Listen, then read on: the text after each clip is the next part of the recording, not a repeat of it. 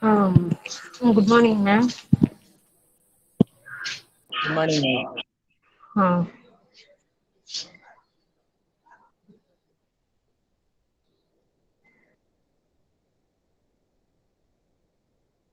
Uh, um, Hello, ma'am. Yeah, good morning, Felicia. Ma'am, shall we start the webinar, ma'am? Yeah, you can start, ma. I'm prepared. Okay.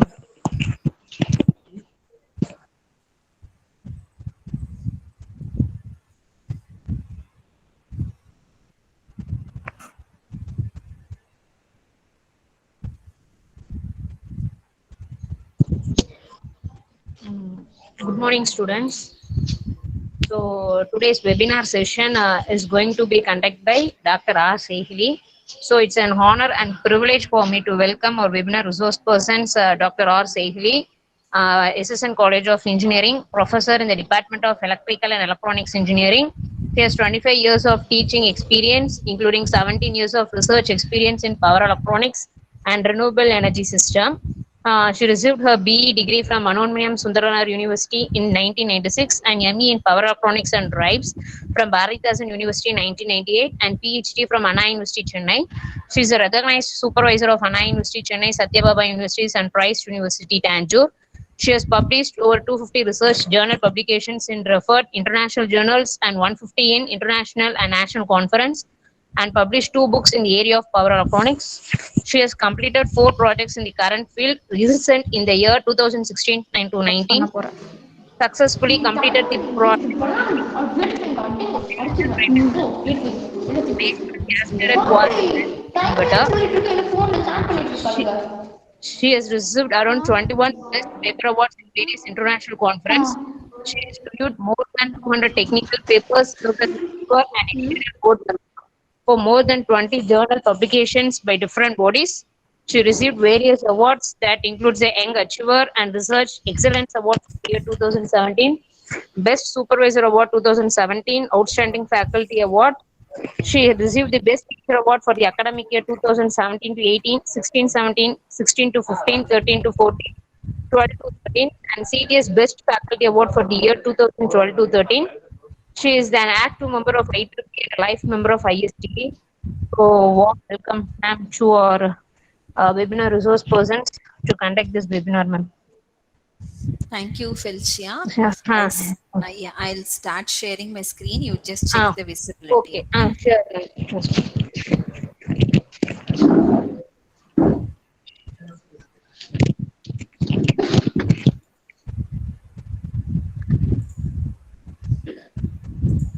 Ma'am. My PPT is visible. Ma'am, yes, ma'am. Yeah. So thank you all for the nice introduction. I hope most of the students are from Triple department. So what I have planned is, when you look into the title of the workshop, it is Field Exposure Visit to Pre-Incubation Units. But due to the present pandemic situation, I think all the colleges we are facing the problem. We are not able to take the students for visiting the labs. So what I thought is, since most of you are from Triple background, we have certain pre-incubation centers and labs established in the department of Triple, specifically for renewable energy systems and electric vehicle. And when you look into the current scenario, the state of the art is nothing but basically electric vehicle. So that we have indigenously developed 2-3 electric vehicles in a laboratory. So what I thought is, I'll discuss about the electric vehicle which have been developed in our pre-incubation unit, and also I wanted to show you what are the facilities we have in the pre-incubation unit with respect to renewable as well as with respect to the electric vehicle application, so that you'll get an exposure how to build an electric vehicle starting from the scratch with the facilities available available in our college itself. That is why I discussed with Felicia madam, and then I think it will be useful for you, since I can take you to the basic design aspects, and then I can show you starting from the scratch how we developed this vehicle. And even that will motivate some of the students so that you can develop your own product with the facilities that are available in the case of your department. So that is why, that is the main aim of this workshop or webinar, where we are focusing the facility. So primarily I'm focusing the pre-incubation center. So we have different pre-incubation center in our college, but since I'm working in the area of electric vehicle, I thought whatever facility I have in my pre-incubation unit, I can discuss about that, because these are the projects and these are the products developed by UG students like you in our college. Okay, so before that I'll just touch upon certain incubation words, and then why pre-incubation unit is mandatory in all the incubation centers, particularly whenever you have some idea but you want to take it to the market. In such case you need to develop the proof of concept. Okay, so people are, most of the students are thinking that I require 2 lakhs or 5 lakhs to show the proof of concept. So whatever facility you have within the department, you can develop even at a lower scale and check whether your idea is working, and then you can work on scaling up the product by approaching a funding agency so that you can come up with a successful product. So basically, when you go for the incubation, this is one of the single most important global innovations of the 21st century. So wherever you can go, you can see the terms innovation and incubation. So the idea should be there, and the proof of concept should be developed, and that has to be scaled down, and you have to fit into the market. So your product should be sold in the market. So that is the main idea why incubation centers are developed in all your higher educational institutions. Okay, so basically what is this process is nothing but it tends to get activated whenever you need a support, because the entrepreneurs require support in terms of scaling up the product, or they require financial support, or they require some mentoring session so that they can modify, or they can fine tune the product so that the product will be attracting the consumers. Okay, so the location, the physical location where incubation process take place is very important. That is why in all the institutions we need to have pre-incubation units, so that even students from first year or second year, they can start developing their ideas, because we have different stages in the case of the product development. And you can give a service, or you can offer the product even for a small company, and then you can file going for a patent. Okay, so when you look into the general incubator system, what are the important components we require? The involvement of academia, then research center, then we require industry collaboration, then we require funding so that we are in need of investment, and then we need to have a space to work out all those things so that we can pull those products to the market. So this is a general thing which is required for a incubator system. Okay, now coming to the pre-incubation center, why the pre-incubation center is required, and what is the role of this pre-incubation center is, initially you must have an innovative idea.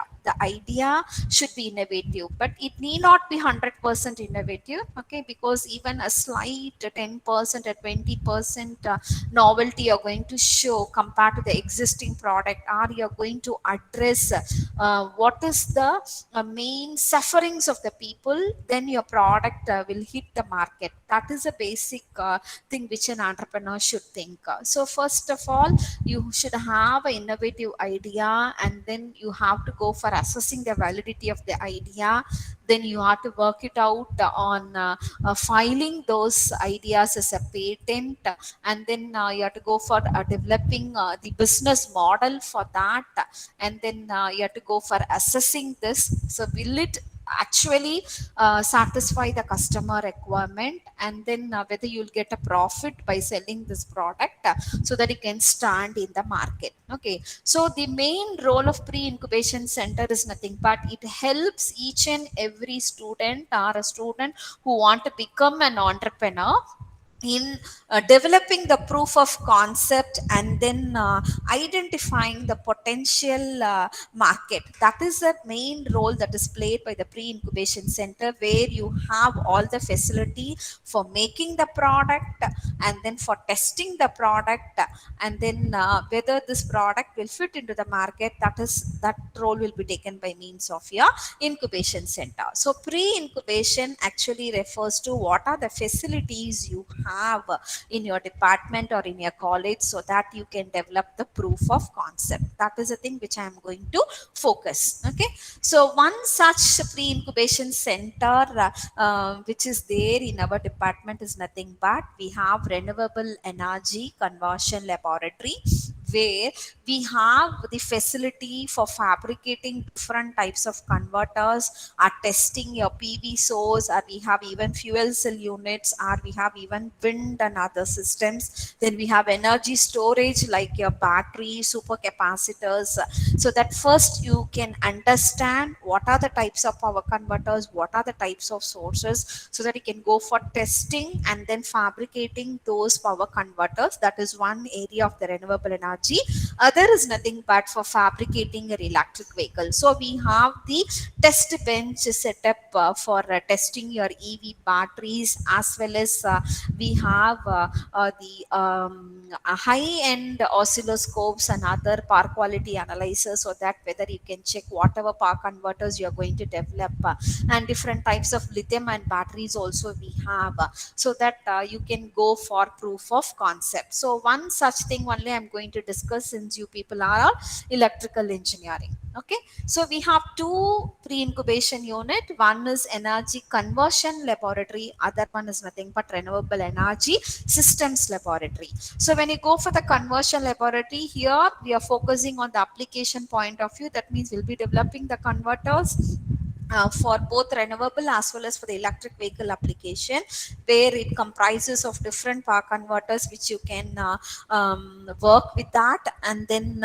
we have different equipments, high-end equipments, where you can go for testing, and then EV setup and other things are available in the case of renewable energy conversion laboratory. Coming to renewable energy systems, you can just work it out with a solar system, then you can work out with a wind system, or if you want to develop a hybrid renewable energy system for a small rural electrification, a small prototype you want to develop, that can be done here. Are the supercapacitors, because nowadays when you go for the electric vehicle, battery and supercapacitors, they are going for a hybrid power source. Okay, so these two labs are established with the help of external funded projects, as well as with the funding support from the SSN trust. Okay, that is why one lab we established, one pre-incubation unit we established in the year 2013.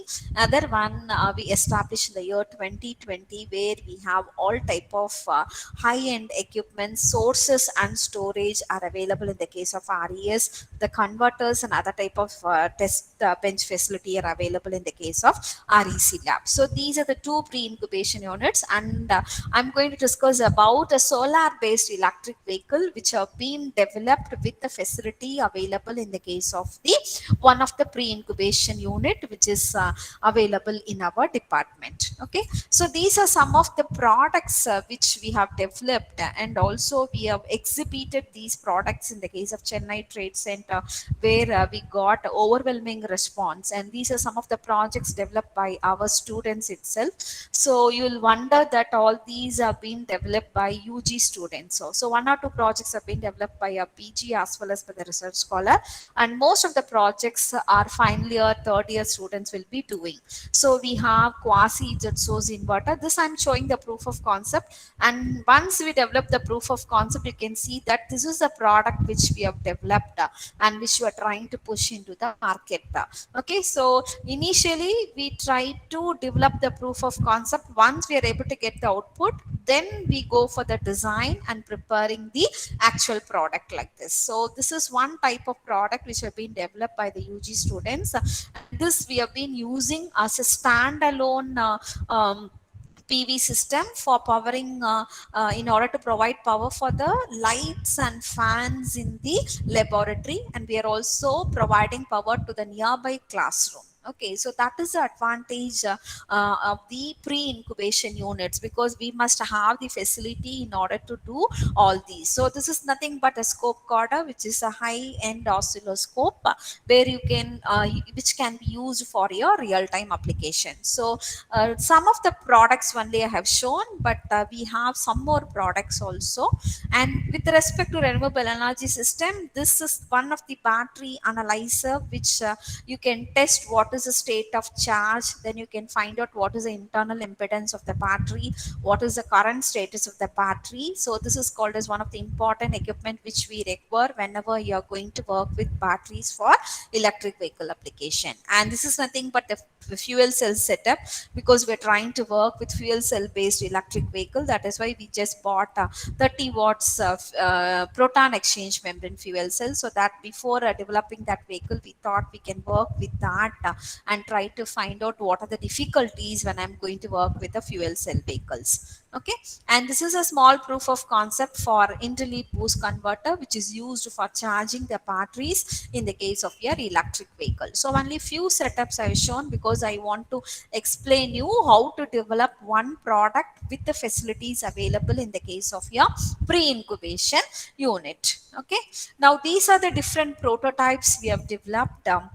And this is nothing but the solar electric car which is running in our campus. Okay, so starting from the scratch, we have developed the solar based electric vehicle which can take four people. Okay, four people can travel in that. And this is a very important project. This is nothing but a flexible solar panel based electric bicycle. Okay, we just bought a conventional electric vehicle replaced by means of BLDC motor. You can see that the hub motor is fitted into the wheels. Okay, and here you can see that a power converter and the lithium ion battery which is placed in the stand here. Okay, and the main advantage of the flexible panel is it is of reduced weight, and you can go for higher efficiency compared to the conventional one. Okay, so this product entirely developed by one of our UG students, and this is very interesting project which was 2018 one of the final year B students have did. This is solar based mobile charging station. So this we have installed in the admin block of our college, where we have some 10 ports to charge your mobile phone and 2 ports to charge your laptops. Okay, and we have 2 LEDs also, and this is nothing but we have 5 panels. The design was very important because it should include the aesthetic sense of the product also. That is why we have installed this solar based mobile charging station in the admin block. So you can see that we have 5 panels here, and each panel is nothing but 150 watts, and we have the lithium ion battery which is placed below this panel, because when we place at the bottom of this charging station, if there is rain and any other thing, or the students may break it, so that we have placed all the batteries below this PV panel.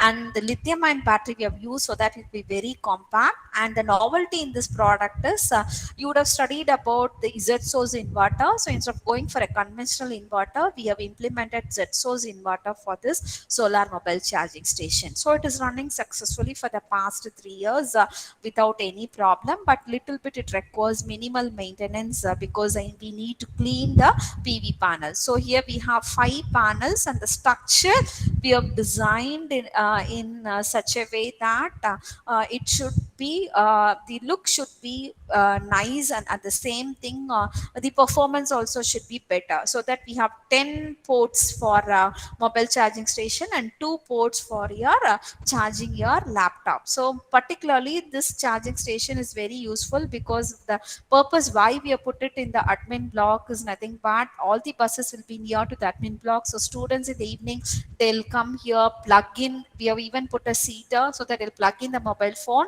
and within 10 to 15 minutes at least 50% of the charge they can charge their mobile phone. So that is a unique product which have been developed with the facilities available in the case of your pre-incubation unit. So just I'm going to discuss about the solar vehicle, which is the product that is developed from the basics in our pre-incubation unit, so that I'll just highlight how to develop an electric vehicle, particularly solar. It is an additional source, but the main source will be the battery, which is placed below the seats, and the motor which you're going to use is nothing but brushless DC motor. So this will be like a golf cart car, and basically this is used for transporting the people from the entrance to the admin block, which was very useful because it requires less maintenance compared to that of your conventional vehicle. That is the main advantage. So I'm going to discuss about how we fabricated this electric vehicle, what are the steps involved, and what are the facilities you require in developing this electric vehicle. Okay, so whenever you go for the electric vehicle, we know it is a very promising technology, and in a simple way I can define the electric vehicle as nothing but a vehicle which will be propelled by an electric motor, which we call it as nothing but basically an electric vehicle. Okay, and the source for the electric motor is nothing but battery. So the source is nothing but battery. So battery is going to power your electric motor, and electric motor is going to drive the vehicle. That is why we give the definition of electric vehicle as a vehicle which will be propelled by an electric motor, and that motor will be powered by means of rechargeable battery packs compared to that of your gasoline engine. Okay, so the main advantage why we go for electric vehicle, we all know that the operation is very quiet, and also you are seen in the market and so many electric vehicles have come into have come into the market. So MG Hector also has released electric vehicle, then Kona, you know, so even Tata has released. So many electric vehicles have come into the market, and we want to reduce the carbon dioxide emission also, and we want to save the fuel as well as the cost that is required for maintaining the vehicle. So monthly when you calculate how much amount you spend for the electric vehicle, it will be very less compared to that of a petrol car or compared to that of your diesel car. Same thing applies for your two-wheeler also. Okay, so when you look into the history, even it was started in the 19th century, and I can say that in 1832 itself Robert Anderson developed an electric carriage, followed by Thomson, and General Electric was the first one to construct a parallel hybrid sedan vehicle, which is basically a hybrid electric vehicle. Okay, now look into the transformation that has occurred from a conventional fuel to the electric vehicle.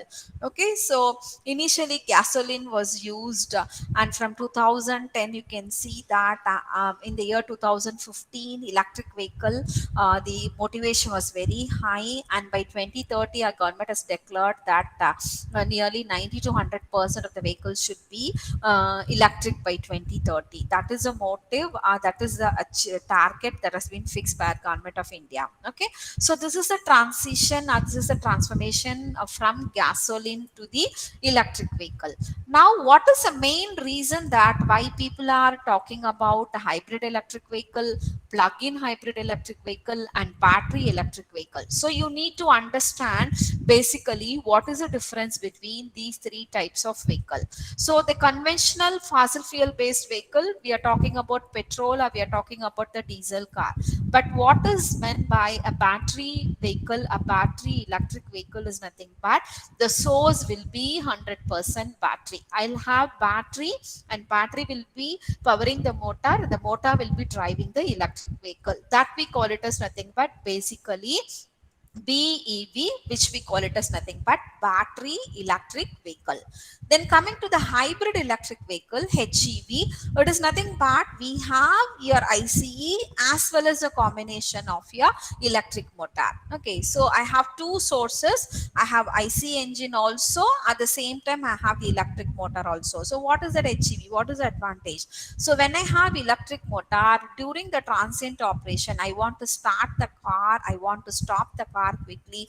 During the transient operation will be the source will be from the electric motor, and during the normal operation then we can go for the IC engine, because under HEV you have different configuration series, you have parallel then series parallel also. So try to understand HEV is nothing but a combination of your ICE and your battery operated vehicle. That is nothing but I'm going to use electric motor. Okay, and here that is called as nothing but HEV. But what is plug-in HEV is nothing but you have an external outlet so that I can charge the battery externally in the case of plug-in hybrid electric vehicle, but which is not there in the case of your HEV.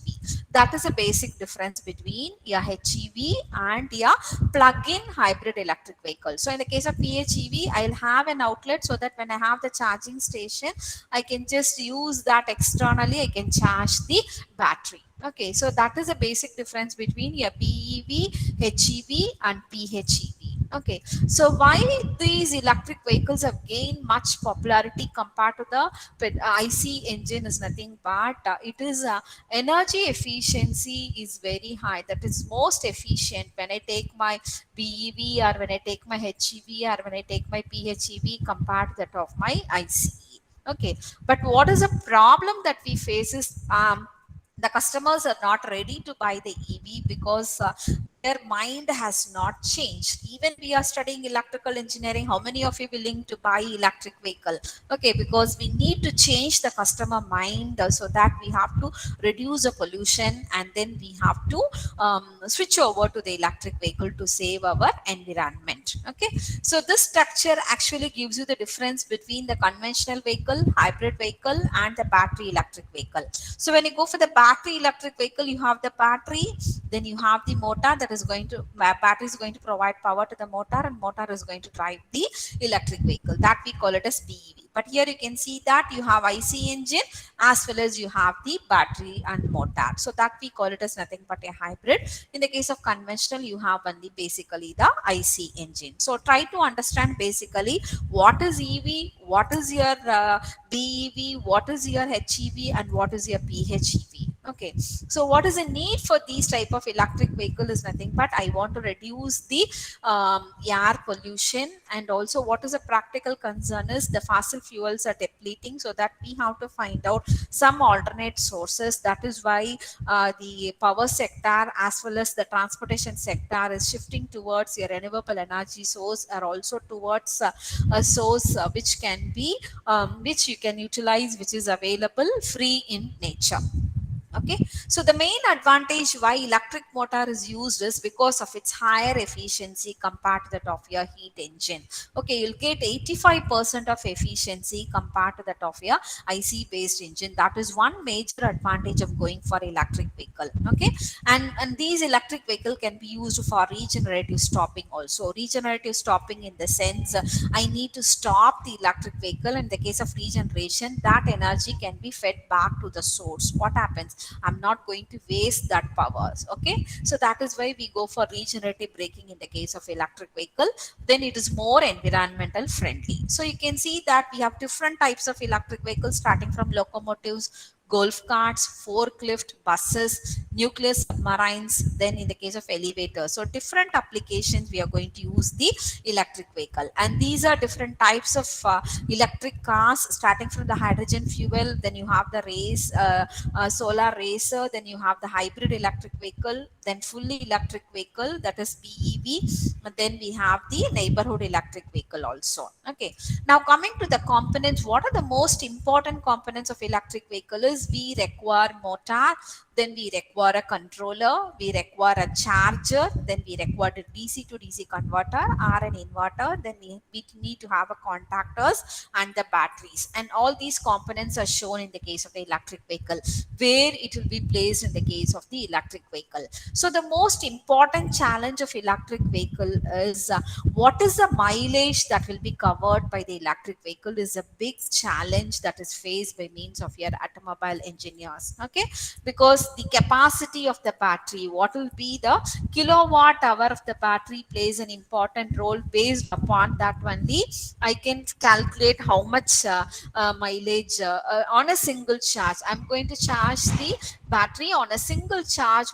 How much kilometer I can use that vehicle. That becomes a very important factor in the case of electric vehicle, or I can say that the driving range becomes a challenge. That is why the customer mind is also not willing to buy the electric vehicle. So you have to go for giving the specifications of the battery, and also how you are going to design the battery pack. All those things presents a very important thing in the case of the electric vehicle. So the main challenge is nothing but what is the type of motor you are going to use and what is the type of battery you are going to use. That is a real challenge in developing the electric vehicle. So we are studying electrical machines from second, third semester, fourth semester, but we are not looking into what is the application, because whenever you're going to design an electric vehicle, the first important thing is what is the type of motor. How will you choose a type of motor?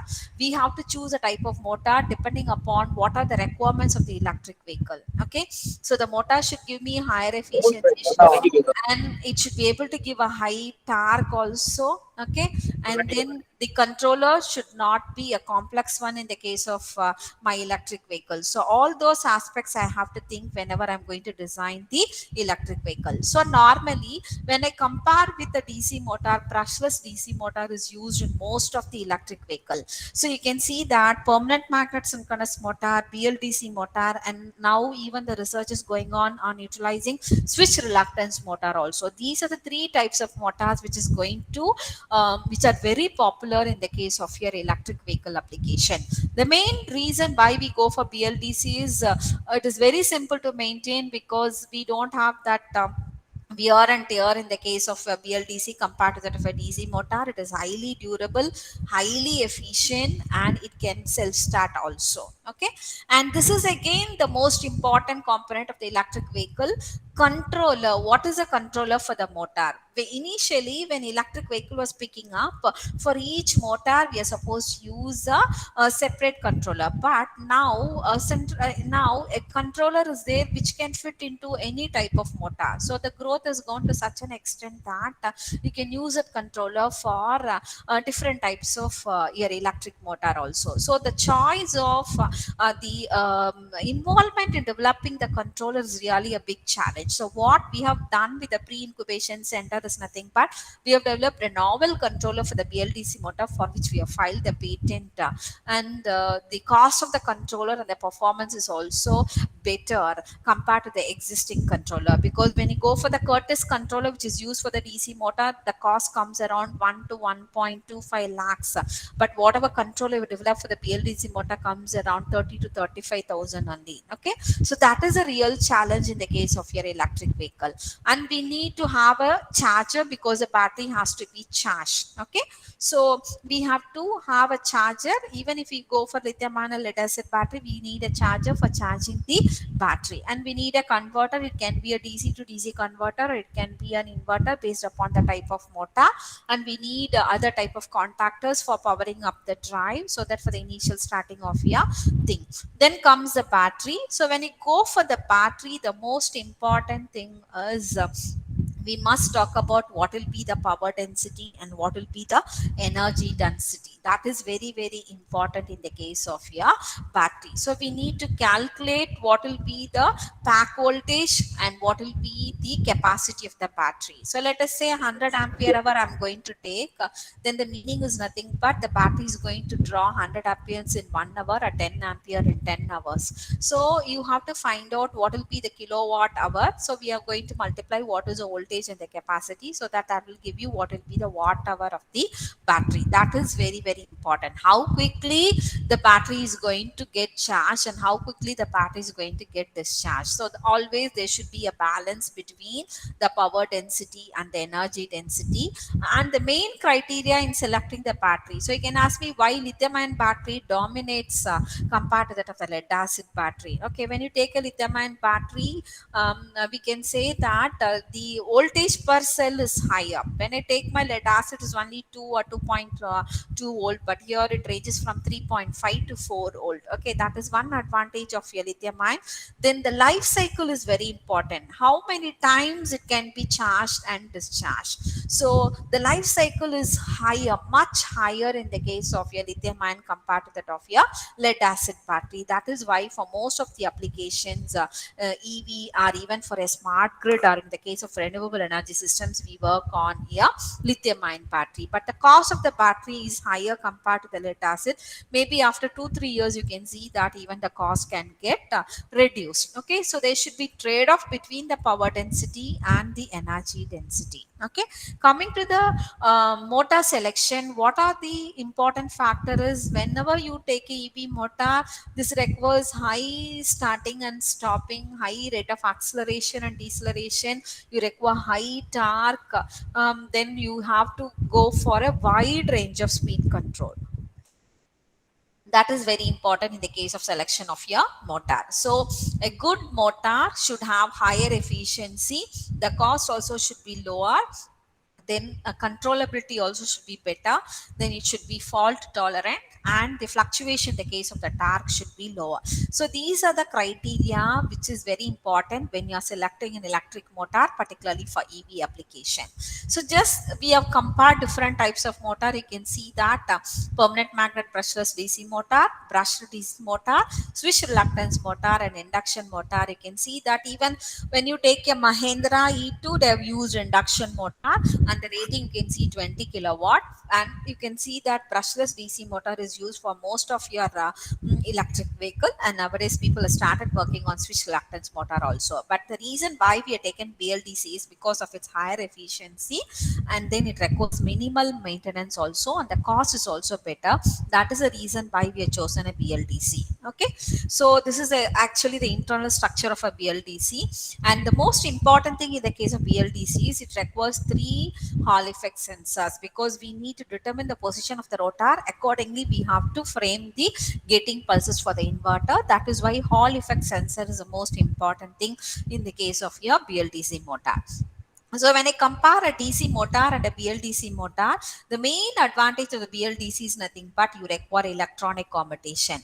Then the life is also longer and it doesn't require any brushes, so maintenance is also very less. And see, the efficiency is very high, speed range is also higher, and control only becomes complex compared to that of a DC motor, because in the case of DC motor, I can easily vary either the flux, the flux, or I can vary the armature voltage. But here I need to work on the controller, because every time the Hall effect sensor will sense a position of the rotor. So I have to frame the commutation sequence in the case of a BLDC motor. Okay, so the main important reason is higher efficiency. That is one main reason for choosing a BLDC motor for an electric vehicle. Maintenance is lower gear ratio transmission also compared to that of a DC motor. That is the reason. So that the rating we have used is nothing but 4 kilowatt BLDC motor we have used for our electric vehicle application. Okay, so now you can say I can develop only battery operated vehicle. Why should I add my PV panel? So whenever I say solar powered electric vehicle, it doesn't mean that solar is a main source. Okay, it is solar assisted. Actually, we are not supposed to write it as solar powered.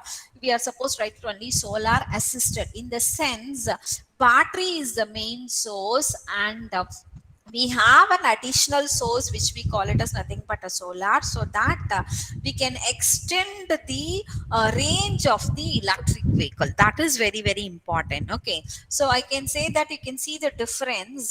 The maximum range with the solar is 60 kilometer, but with the battery it comes only 35 kilometer. Since I've used BLDC motor, the maximum speed is 35, even you can go up to 40 kilometer per hour. But in the case of DC motor, you can go up to 25 kilometer per hour only. So what is the important thing is, when I go for solar assisted, on one single charge, the maximum range that can be covered is 60 kilometer, whereas without solar, on one full charge, on a single charge, it covers only 35 kilometer. So that is the reason that why people are integrating renewable energy sources in the electric vehicle. So you can extend the maximum range of the electric vehicle, because whenever solar is there, it is going to charge the battery, so that we can extend the range of the vehicle. So what are the fundamental components you require for the solar powered electric vehicle? I need to find out what should be the specification. Okay,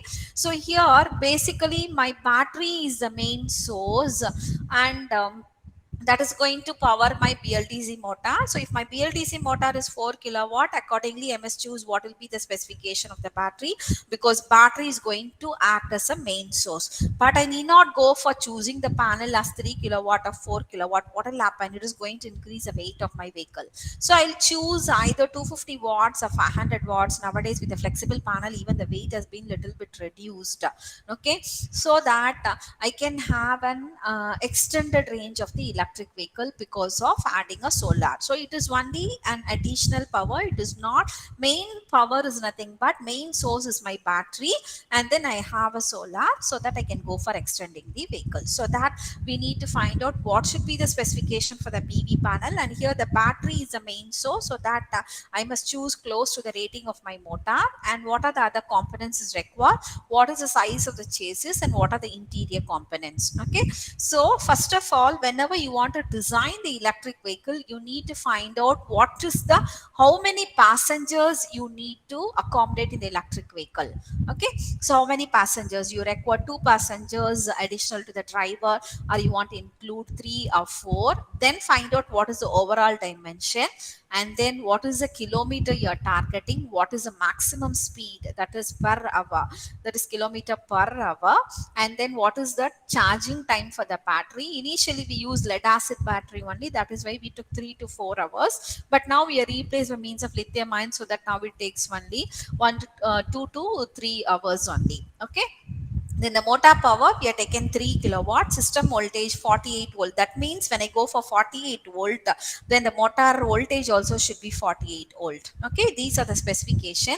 Actually, this is the electric vehicle which you are developed in our pre-incubation unit. So the capacity is 4-seater.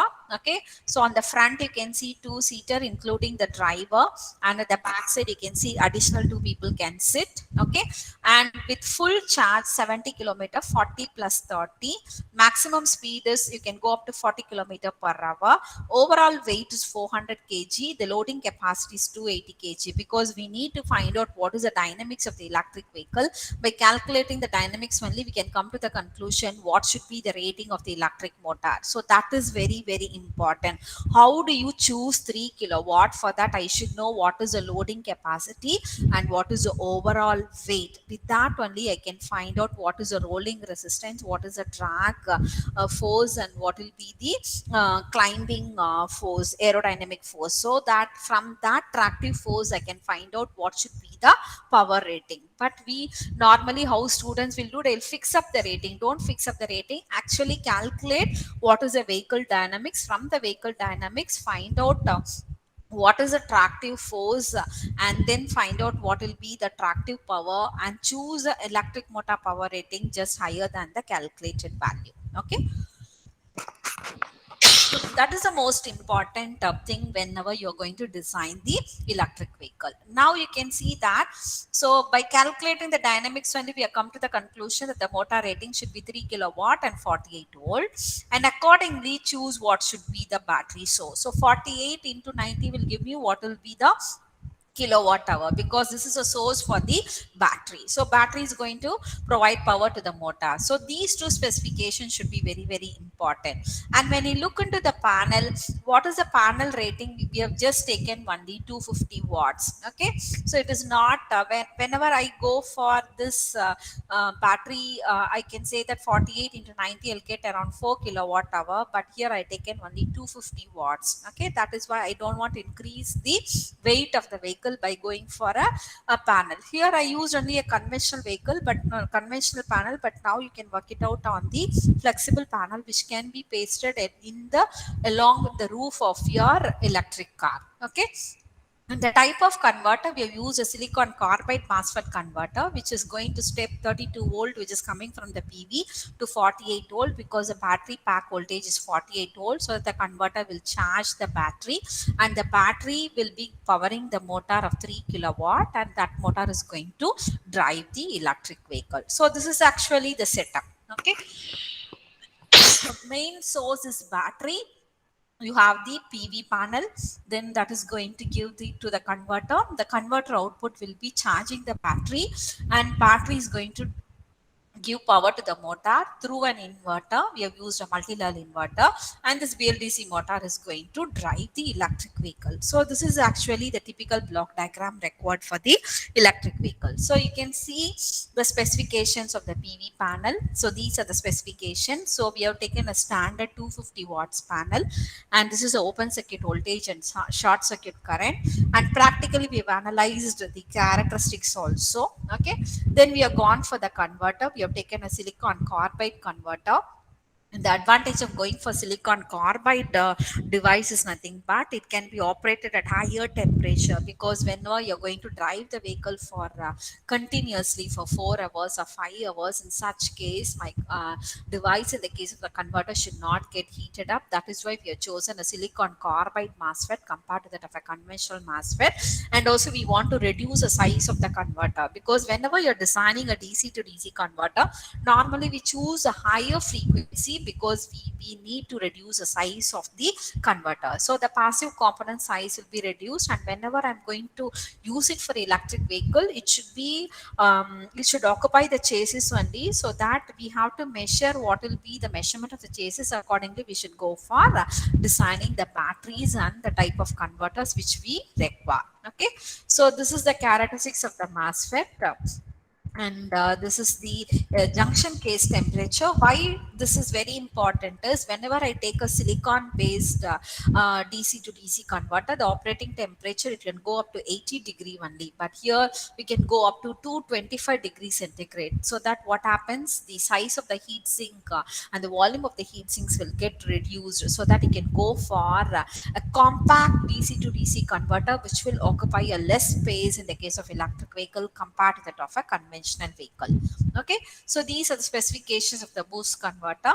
Okay, so we have taken the switching frequency as 50 kilohertz, even we have gone up to 500 kilohertz, so that we need to have a compact converter.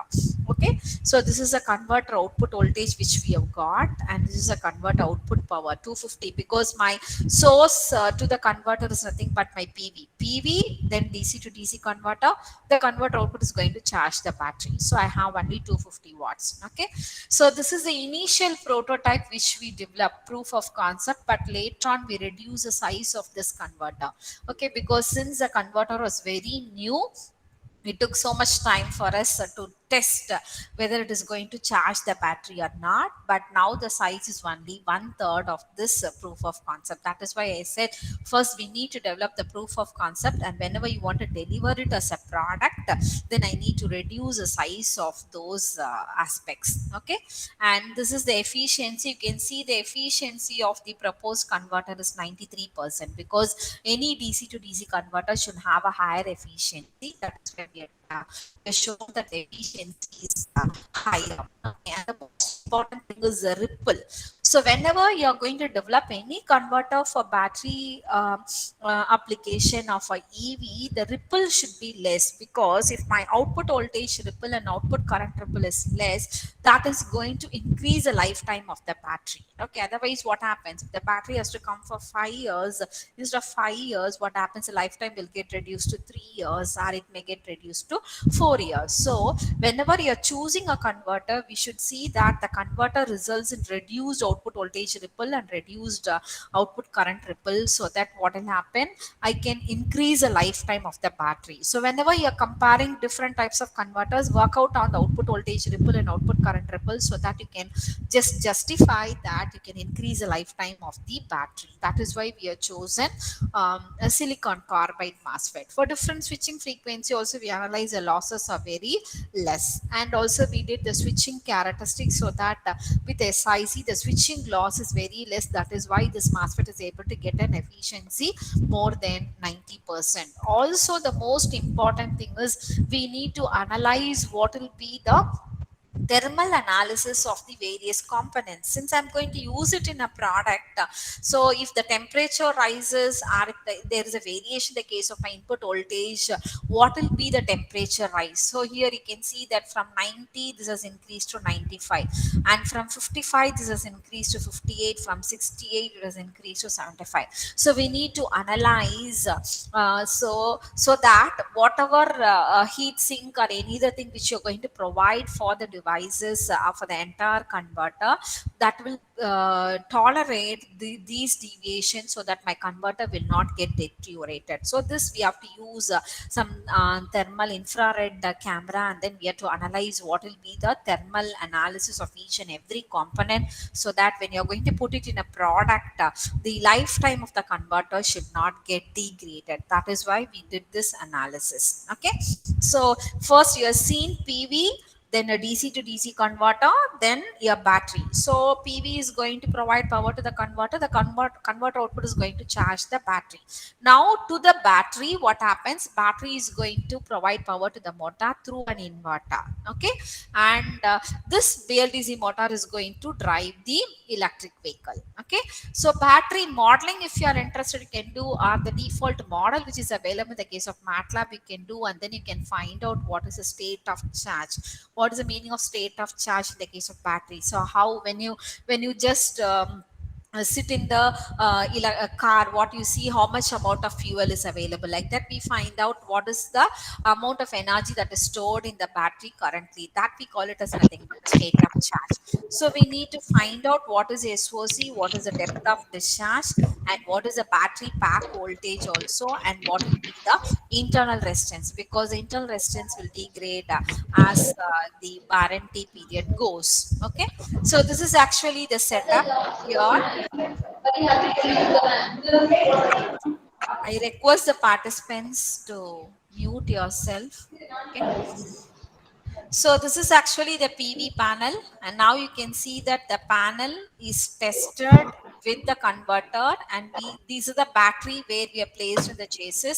And here you can see the BLDC motor. This is a pre-incubation unit. So the PV panel, we tested whether the battery is getting charged. Then we develop the controller which is going to drive the BLDC motor. Okay, this is the charging characteristics, and this is a discharging characteristics. You can see that the voltage rises up to 48 volt, and this is the discharging characteristics of the battery. Okay, so the inverter, we are not gone for a conventional inverter. We have chosen a multi-level inverter. So multi-level is nothing but we can reduce the total harmonic distortion. Okay, now you can look into the picture. These are the rotor speed. The speed of the motor is 3000 rpm. This is the torque, and this is a stator current waveform. And the most important thing is, in the case of BLDC, the back EMF should be trapezoidal. Okay, so kindly mute your side, ma. It is disturbing me. Mute from your side. Okay, so this is the back EMF. So it should be trapezoidal.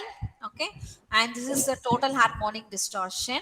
And when you see the hardware implementation, here is the battery, the inverter, BLDC motor, and the hall sensor, and this is the processor. And here you can see that this is the hall effect sensor, and we used FPGA board for proof of concept. Then we have integrated inside this controller itself. This is the 3 kilowatt BLDC motor. Okay, so first we tested whether the motor is driving. This is a proof of concept for the inverter we did in the pre-incubation unit. Then we finally reduce the size of the inverter. So first we checked whether we are able to drive this motor with the inverter. Then we went for making a PCB and then reduced. So this is actually the BLDC motor, and this is the initial starting of the construction of the electric vehicle. What is the dimension and how should be the frame, the front end frame, and where we are supposed to place the batteries. So if we have used four 12-volt battery each of 90 ampere hour, so that I'll get 48 volt and 90 ampere hour. And here you have the steering, and this is the place where we have fitted the BLDC motor along with the controller. Okay, and this is a testing process which you have done in the pre-incubation center. And this is the finally we went with this final product which was developed in the pre-incubation center itself. So this is actually our pre-incubation center where we developed this electric vehicle. On the top you can see that you have the PV panel, and below the seat we have the four batteries, and behind the seat you can see that we have the BLDC motor and the controller. So basically it is a four-seater.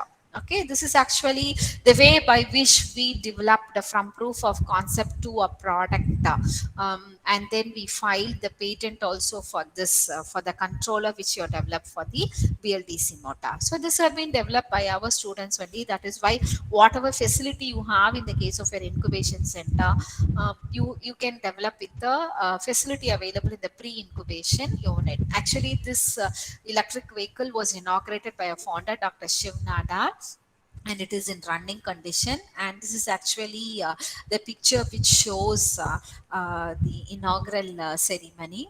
And this is our innovation and incubation center.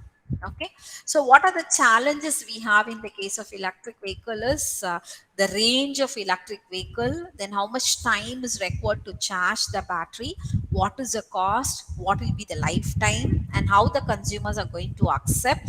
If I'm going to integrate with the grid, then what will happen? So we have grid to vehicle also. Okay, so these are the challenges we have. So whatever facility you have in a pre-incubation unit, even you can come up with a small product also. Okay, so we have different types of EVs today. So but the challenges, we have to reduce the cost, and then we have to increase the mileage, driving range we have to increase. And so that we need to work on, as an electrical engineer, we need to work on the motors, what type of material can be used, and then how I can go for designing the batteries and all those stuff. Okay, so the motor and battery technology is the most important thing in the case of electric vehicle. So each and every electrical engineer is having the responsibility to shift towards your electric vehicle in order to save environment. So thank you for providing an opportunity. So students, if you have any questions, you can interact with me with respect to the one of the pre-incubation facility only I have shown. Okay. If you have any queries, you can ask me.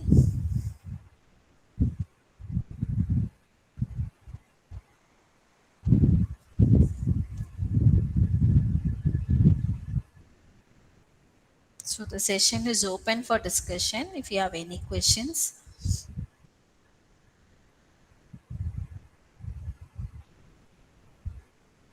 Felicia. And now the students will ask the queries, ma'am. Okay. Students, if you have any queries, please ask to a resource person.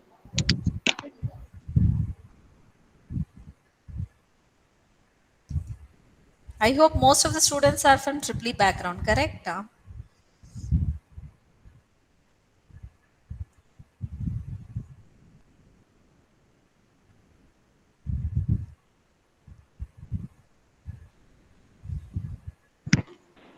Hello, ma'am. Yes, ma. Electrical vehicle project ideas ஏதாச்சும் suggest பண்றீங்களா ma'am?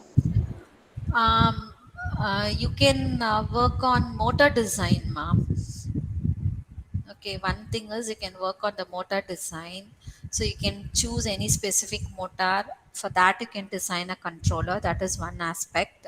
The second one is you can work on different power converter topologies for electric vehicle. And the other one is battery management system. You can develop BMS. Then in the battery pack design, how I'm going to go with the battery module. So in the design aspects of the battery module for the electric vehicle and the battery management system specifically for the lithium ion battery. So these are some of the areas. And if you want to include the current state of the art, you can just apply machine learning and deep learning algorithm to predict what will be the overall performance of your electric vehicle. If one component fails, you can just find out what is the reliability of the electric vehicle. So you can include your machine learning, or you can use a deep learning algorithm to predict the reliability of the electric vehicle also. These are some of the areas where you can work. Yeah, ma'am. Thank you, ma'am. Thank you, ma. Any other questions? Ma'am, Yes, ma. ma'am, any recent advancement in electrical vehicles in the current year, ma'am? Yeah, definitely. People are working on different types of motor. Okay. So, motor design is picking up a lot in the current scenario. Okay. Now we can see that they started working on SRM based motor. Initially, it was DC, then induction motor, then BLDC, then followed by PMSM. But now people have started working on switch reluctance motor. That is one area. Then with respect to the battery, even the material used for anode and cathode, that also plays an important role, because the voltage per cell depends upon the material that is used for the cathode. So even we are electrical engineers, people have started working on different types of material that can be used for the cathode of the lithium ion battery. Okay, so these are some of the current state of the art in the case of EV design. Thank you, ma'am. Okay. So, thank you, ma'am, for your valuable presentation. Hello, ma'am. Yes, ma. Yes, ma. Thank you, ma'am, for your valuable presentation. It's very useful for us and also for the students for this webinar. Um, Thank you, Felicia. Can uh, I leave? just 1 minute, ma'am. Our Okay. HOD sir will give the vote of Okay. yes. Good morning, ma'am, Good morning, sir. and all students and faculty colleagues. I extend my gratitude to our Honorable Chief Guest, Dr. R. Sayali, Professor, Department of EEE, SSN College of Engineering, Chennai. So, to take out time from her busy schedule to grace the event and webinar. So, thank you for inspiring and encouraging us with your words on this special day, ma'am. I Thank you, extend sir. my gratitude to Ms. Felicia to organize the webinar event, and I must thank the students and faculties to make this webinar successful. Thank you, ma'am. Thank you all. Thank you, sir. Thank you. Thank you, Felicia. Uh, I'm leaving, ma. Okay. okay, sir. Thank you so much. Yeah. Bye. Bye, ma'am.